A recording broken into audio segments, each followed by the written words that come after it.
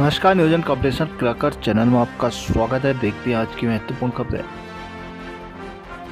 उत्तराखंड में 25 नवंबर तक होंगे निकाय चुनाव। देहरादून, शिक्षक रहे सामूहिक अवकाश पर, पढ़ाई गेस्ट टीचर के भरोसे। जम्मू घाटी में अनुच्छेद 370 की वापसी नहीं होगी, साहा। उत्तरकाशी में हल्के भूकंप के झटके। उत्तराखंड में नगर पंचायत, नगर पालिका और नगर निगमों के चुनाव अब 25 नवंबर तक कराए जाएंगे। ये जानकारी सरकार की तरफ से हाईकोर्ट में शपथ पत्र दाखिल कर दी गई है। हालांकि पिछली सुनवाई में सरकार की ओर से कहा गया था कि निकाय चुनाव 25 अक्टूबर तक करा दिए जाएंगे। शुक्रवार को हुई सुनवाई में सरकार के इसी तक चुनाव कराने में असमर्थता जताती हाईकोर्ट में शुक्रवार को मामले की सुनवाई मुख्य न्यायाधीश न्यायमूर्ति ऋतु भाटी और न्यायमूर्ति राकेश थपटियाल की खंडपीठ में हुई। सरकार ने शपथ पत्र में कहा कि निकाय चुनाव की अधिसूचना 10 नवंबर को जारी होगी। शपथ पत्र में यह भी कहा गया कि इसी साल 25 दिसंबर तक निकाय निर्वाचन प्रक्रिया पूरी तरह से संपन्न करा ली जाएगी। सरकार की ओर से कोर्ट में पिछली सुनवाई में शपथ पत्र के अनुसार 25 अक्टूबर तक निकाय चुनाव प्रक्रिया पूरा कराने में असमर्थता जताते हुए यह नया शपथ पत्र दिया गया है। कोर्ट को बताया गया है कि नए निर्वाचन आयुक्त की नियुक्ति की जा चुकी है। देहरादून, राज्य की शिक्षक संघ के कार्य बहिष्कार के चलते शुक्रवार को राज्य भर में 6 से लेकर 12वीं तक की कक्षाओं में पठन पाठन प्रभावित रहा। प्रधानाचार्य के पदों में सीधी भर्ती के विरोध में शिक्षकों ने सभी जिलों में मुख्य शिक्षा अधिकारियों के कार्यकाल के समक्ष धरना दिया। माध्यमिक शिक्षकों के आंदोलन के चलते कई अतिथि शिक्षक और बीएड पर शिक्षकों के भरोसे स्कूल चले तो कई मॉनिटर कक्षाएं संभालते नजर आए। नैनीताल के एक स्कूल में 2 स्थानीय महिलाओं ने शिक्षण कार्य कराया। कई स्थानों पर स्कूलों में पढ़ाई चौपट रही। देहरादून, बिजली उपभोक्ताओं पर पड़ेगी दोहरी मार। उत्तराखंड में बिजली उपभोक्ताओं को महंगाई का झटका दे सकते हैं। इन संभावित झटके के पीछे मनेरी वाली जलविद्युत परियोजना 2 से जुड़े मामले में यूजेबीएनएल का अपीलेट ट्रिब्यूनल और फॉर इलेक्ट्रिसिटी अपटेल में केस दर्ज वजह बन रहा है। यदि अपटेल का फैसला लागू हुआ तो प्रदेश में इसका परिणाम महंगी बिजली दरों के रूप में सामने आ सकता है। आदेश को लागू करने से पहले विद्युत नियामक आयोग ने उपभोक्ताओं से आपत्ति और सुझाव मांगे हैं।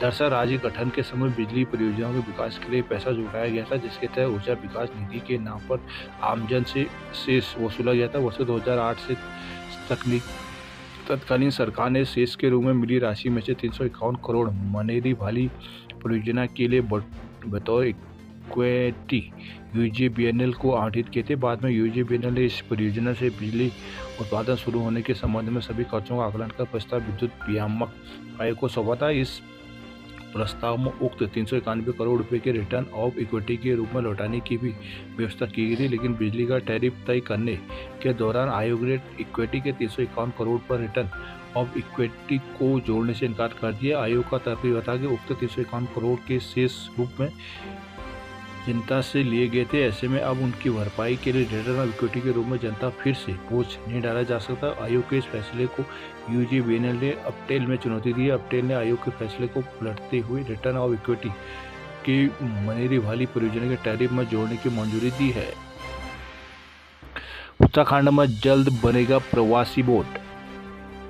विदेशों में पढ़ाई कर रहे राज्य के मूल निवासियों के सामने आने वाली समस्याओं के समाधान के लिए सरकार प्रवासी बोर्ड का गठन करने जा रही है। विदेश मंत्रालय भारत सरकार के संयुक्त सौजन्य में शुक्रवार को आयोजित विदेश संपर्क स्टेट आउटरीच कॉन्फ्रेंस में मुख्य सचिव राधा रतूड़ी ने यह जानकारी दी। मंसूरी रोड स्थित एक होटल में आयोजित इस कार्यक्रम में मुख्य सचिव ने विदेश मंत्रालय की इस पहल पर आभार जताया। उन्होंने कहा कि इस तरह के कार्यक्रमों में प्रवासियों के विभिन्न समस्याओं के समाधान में सहायता मिलेगी। कहा कि राज्य सरकार की तरफ से प्रवासियों की सुविधाओं को उत्तराखंड प्रवासी प्रकोष्ठ बनाया गया है। उन्होंने कहा कि मुख्यमंत्री पुष्कर धामी के निर्देश पर अब विदेशों में रह रहे उत्तराखंड के मूल निवासियों की शिकायतों के समाधान और उनके हितों की रक्षा के लिए प्रवासी बोर्ड का गठन किया जा रहा है। यह बोर्ड विदेशों में शिक्षा के जाने वाले विद्यार्थियों के लिए प्रक्रियाओं, प्लेसमेंट एजेंसियों के सेंसिटाइजेशन, वैवाहिक विवाद, प्रवासियों के संबंध में डेटा शेयरिंग आदि पर काम करेगा। मुख्य सचिव ने कहा कि आजकल के दौर में साइबर क्राइम एक बड़ी चुनौती बन चुका है, लिहाजा विदेशों में पढ़ाई के लिए जाने वालों को और वहां काम करने वालों की पंजीकरण प्रक्रियाओं की जानकारी होनी भी आवश्यक है। प्रवासी बोर्ड इससे काफी सहायक सिद्ध होगा। नैनीताल, शिक्षा सचिव और निर्देशक पर 12 को तय होंगे आरोप।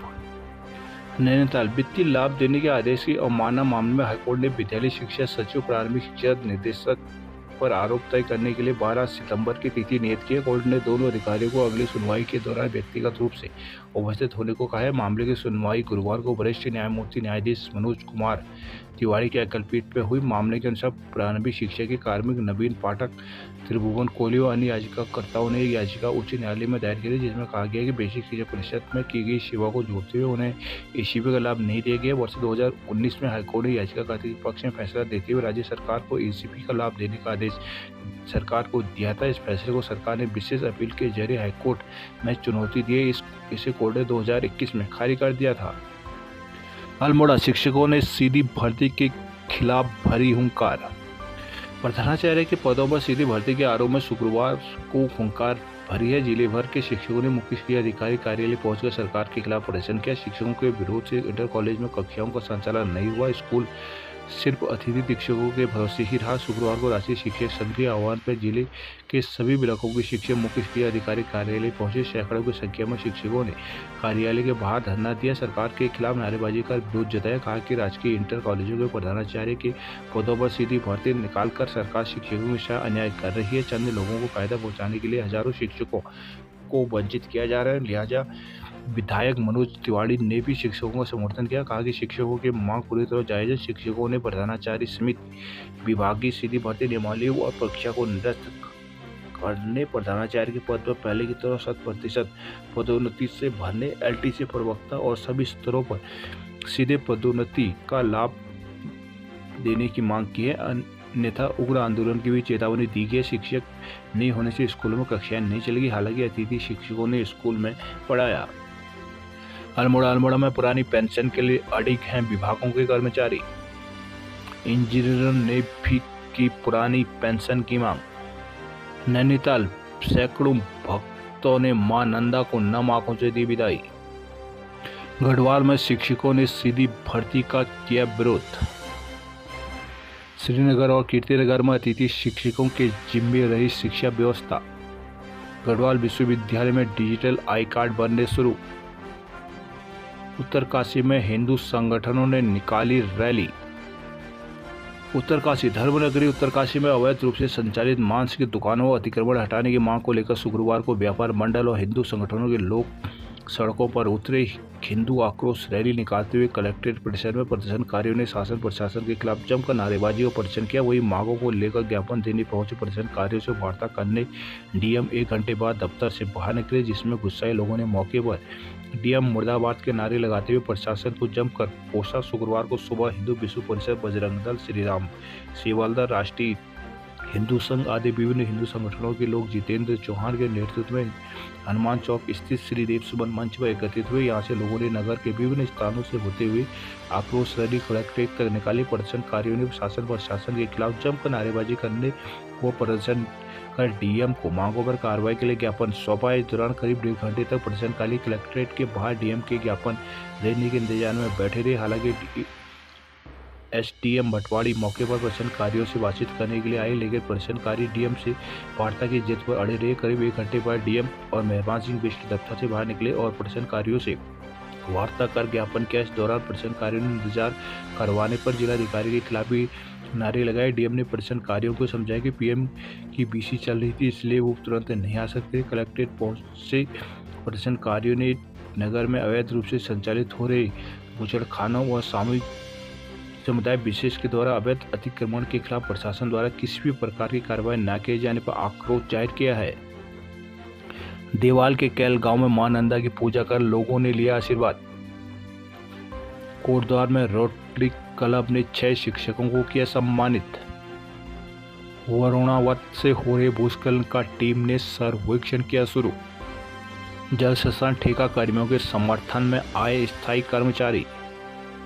पिथौरागढ़ में मोस्टामानू मेले का रंगारंग आगाज।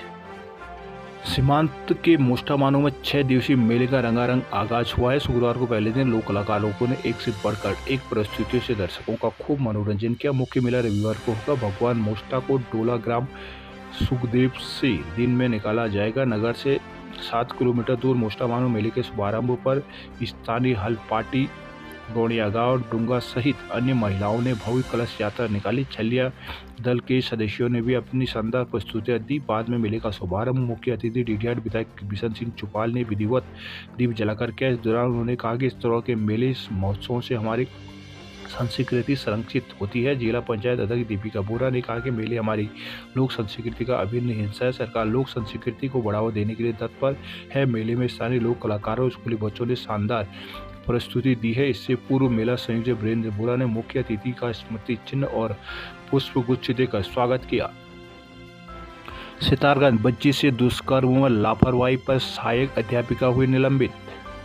सितारगंज 4 वर्षीय बच्ची के साथ विद्यालय में दुष्कर्म के मामले में विद्यालय के शिक्षकों पर भी कार्रवाई की गई। घटना के दिन प्रभारी प्रधानाध्यापक का चार्ज संभाली सहायक अध्यापिका को निलंबित कर दिया गया, जबकि प्रधानाध्यापक को प्रशासनिक आधार पर स्थानांतरित कर दिया गया। सीईओ की जांच रिपोर्ट के आधार पर नियुक्त अधिकारी बीईओ बेसिक हरेंद्र मिश्रा ने शुक्रवार को कार्रवाई के आदेश जारी किए हैं। बीते सोमवार को सितारगंज के गांव के प्राथमिक विद्यालय में गई 4 वर्षीय मासूम के साथ दुष्कर्म का मामला सामने आया। 3 बालकों पर आरोप लगा है। पीड़िता की मां ने पुलिस को बताया कि उनकी 4 वर्षीय पुत्री रोजाना विद्यालय जाती थी, हालांकि बच्ची को प्रवेश विद्यालय में नहीं हुआ था। बुधवार को कैबिनेट मंत्री सौरभ बहुगुणा ने पीड़िता के परिजनों से मुलाकात कर घटनाक्रम की जानकारी ली। अफसरों से वार्ता कर विभाग की लापरवाही कर्मियों के खिलाफ भी कार्रवाई के निर्देश दिए हैं। सीईओ को तलब कर विद्यालय में कृत्य पर कड़ी नाराजगी जताई थी। इस पर बुधवार को ही मुख्य शिक्षा अधिकारी के.एस. रावत ने विद्यालय पहुंचकर शिक्षकों के बयान दर्ज किए थे। उन्होंने भोजन माता से भी पूछताछ की। हालांकि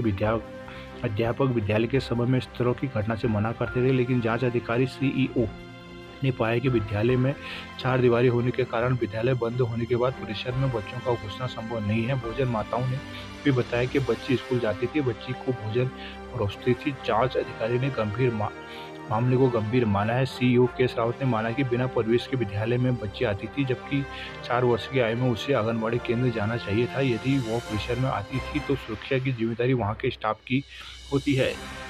गुलरभोज लकड़ी तस्करों से मुठभेड़ में रेंजर समेत 4 घायल। गुलरभोज पीपल पड़ाव रेंज में शुक्रवार शाम को लकड़ी तस्करों से वन विभाग की टीम पर कई राउंड फायर झोंक दिए। वन विभाग की टीम ने भी जवाबी कार्रवाई में हवाई फायरिंग की, लेकिन तस्करों की सीधी फायरिंग में रेंजर समेत 4 वन कर्मी घायल हो गए। घटना की खबर पर आनंद में वन विभाग के मौके पर पहुंचे अधिकारियों ने घायलों को जिला अस्पताल रुद्रपुर में भर्ती कराया। फिलहाल घटना की मौखिक जानकारी पुलिस को दे दी गई है। शुक्रवार की शाम करीब 6 बजे पीपल पड़ाव वन क्षेत्र के रेंजर नारायण गौतम को सूचना मिली थी कि पीपल पड़ाव रेंज के प्लॉट संख्या 111-112 में वन तस्करों द्वारा हरे पेड़ों का कटान किया जा रहा है। रेंजर टीम के साथ मौके पर पहुंचे वन विभाग की टीम अभी कुछ समझ ही पाती कि तस्करों ने ताबड़तोड़ फायरिंग शुरू कर दी। वन विभाग की टीम ने भी जवाबी कार्रवाई में करीब 20 राउंड हवाई फायर की, लेकिन वन तस्करों के वन कर्मियों पर सीधी फायरिंग से रेंजर रूप नारायण गौतम के पेट में छरी लगने से घायल हो गए। इस दौरान एक दरोगा हीरा सिंह भी घायल हुआ। इसके साथ ही 2 वन कर्मी फॉरेस्ट गार्ड शुभम और कमल सिंह घायल हो गए। रेंजर रूप नारायण गौतम ने बताया कि वन तस्करों ने करीब 10 से 15 राउंड फायर किए। एक बाइक छोड़कर फायरिंग करते हुए मौके से फरार हो गए। बताया कि तस्करों की संख्या करीब 12 के आसपास रही होगी। यही सभी थापा नागला के हैं। वहीं घटना के मौखिक सूचना पुलिस को दे दी गई है। जिले के नवागत एसपी मणिकांत मिश्रा जिला अस्पताल पहुंचे। बताया कि गदरपुर क्षेत्र का मामला है, इसमें 4 वनकर्मी घायल हुए हैं। रुद्रपुर जिले भर के शिक्षकों ने सीईओ कार्यालय में दिया धरना। गदरपुर में 500 से अधिक शिक्षक किए गए सम्मानित। काशीपुर स्टेडियम में युवतियां करेंगे भर्ती की तैयारी। भाजपुर में CSR फंड से बनेगा पिंक टॉयलेट। लाल कुआं की बंगाली कॉलोनी में फैला डायरिया। नैनीताल में नेशनल हाईवे धंसने पर कार्यदायी संस्था को नोटिस। नैनीताल सिविल लाइन बिछाने के बाद हल्द्वानी नैनीताल NH 109 का करीब 2 किलोमीटर हिस्सा धंसने के मामले में NH ने कार्यदायी संस्था को नोटिस भेजा, जिसके बाद शुक्रवार से हाईवे की रिपेयरिंग का कार्य शुरू कर दिया गया। इसकी पुष्टि NH खंड ने की है। सिविल लाइन परियोजना के तहत नैनीताल हल्द्वानी NH पर हनुमानगढ़ी से लेकर रूसी बाईपास तक पिछले साल जुलाई से सिविल लाइन डालने का काम शुरू हुआ था। ADB ने एक ठेकेदार से अनुबंध किया था। करीब 77 करोड़ की परियोजना के बाद तहत सड़क खोदने का काम शुरू हुआ था। 10 जुलाई 2023 से कार्यदायी संस्था ने हल्द्वानी मार्ग पर 4400 मीटर लंबी सिवर लाइन बिछाने का काम शुरू कर दिया था। फिर सड़क फिर से बनाने का काम भी कार्यदायी संस्था ने ही किया है। लोक निर्माण के एनएच खंड से मिली जानकारी के अनुसार कार्यदायी संस्था ने सड़क पर हॉट मिक्स का कार्य किया था। उधर बारिश में सड़क का करीब 2 किलोमीटर हिस्सा धंसने लगा। हाईवे पर एक और धंसाव से हादसे की आशंका बनी हुई। मामले की पड़ताल करते हुए आपके प्रिय अखबार हिंदुस्तान ने शुक्रवार के अंक में इसे प्रमुखता से प्रकाशित किया था। भीमताल प्रधानाचार्य शिक्षक भर्ती के विरोध में शिक्षकों ने भरी हुंकार।